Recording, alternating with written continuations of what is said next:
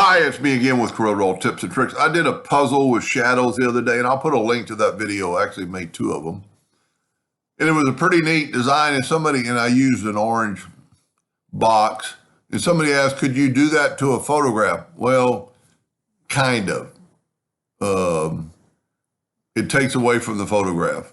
But if you were going to do individual pieces, I'll show you what you could do. So these are individual groups of gray tile.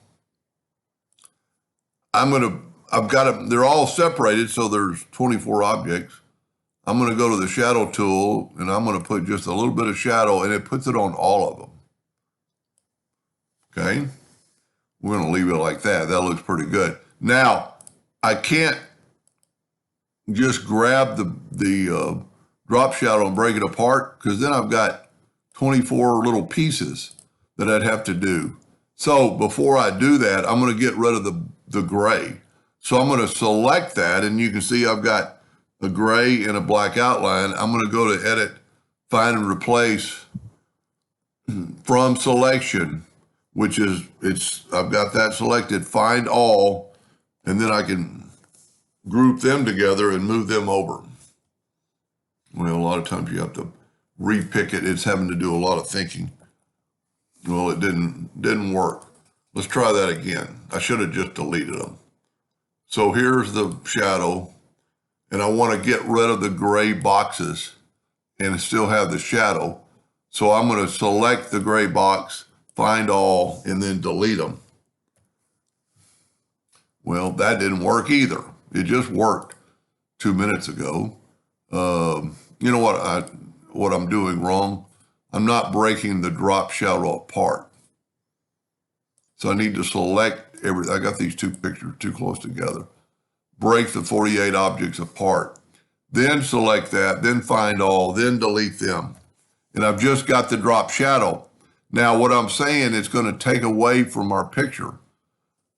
Because you can't, that's what I was saying earlier. I have these two pictures too close together. So if you put this, it takes away from your picture.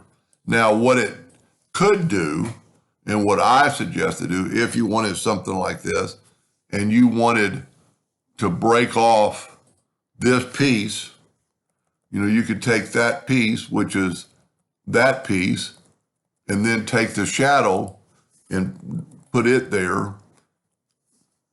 And when you move all these away, I'm still not thinking this is the best way, but it would look like that piece is either, you'd want it like that, and then you could even turn it sideways, and it kind of looks like it's out of the hole. And at that time, let's rotate that a little bit. Well, I just had the shadow. Kind of rotate it, look like you took it out. Now, you could actually, let me just delete that other picture.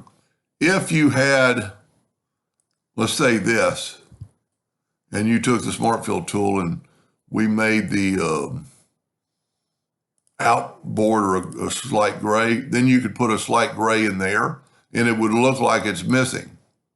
And you could actually probably even add a little shadow to that now. You'd almost have to go here and put a little shadow to it to make it look like, well, you can't really do that on the inside. It did change a little bit, but it's changing that's not what I want. It's changing. I need like a hole. Let's try this. And people sometimes are amazed by what I have learned, and a lot of the stuff I've learned is just because I play and I try, and if that doesn't work, I try it again. So there you kind of got a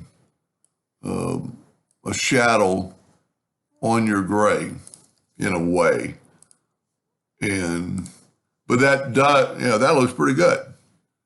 And if you actually laid that piece on I keep grabbing just the shadow. I need to grab it bigger. The shadow makes the icon really big, and that doesn't work. But if we went to object, order, front of page, you can kind of, I should have picked another subject. The forest theme is kind of it's not working. If I did people and you had a blue sky, then it might be a little bit better. And I guess you could take that piece, since we've got a black piece or a gray piece in there, and kind of put it like that at an angle, object, order, front of page. And not so much. Anyway, so it kind of works and it kind of doesn't work. I hope that helped or answered their question, and thank you for watching.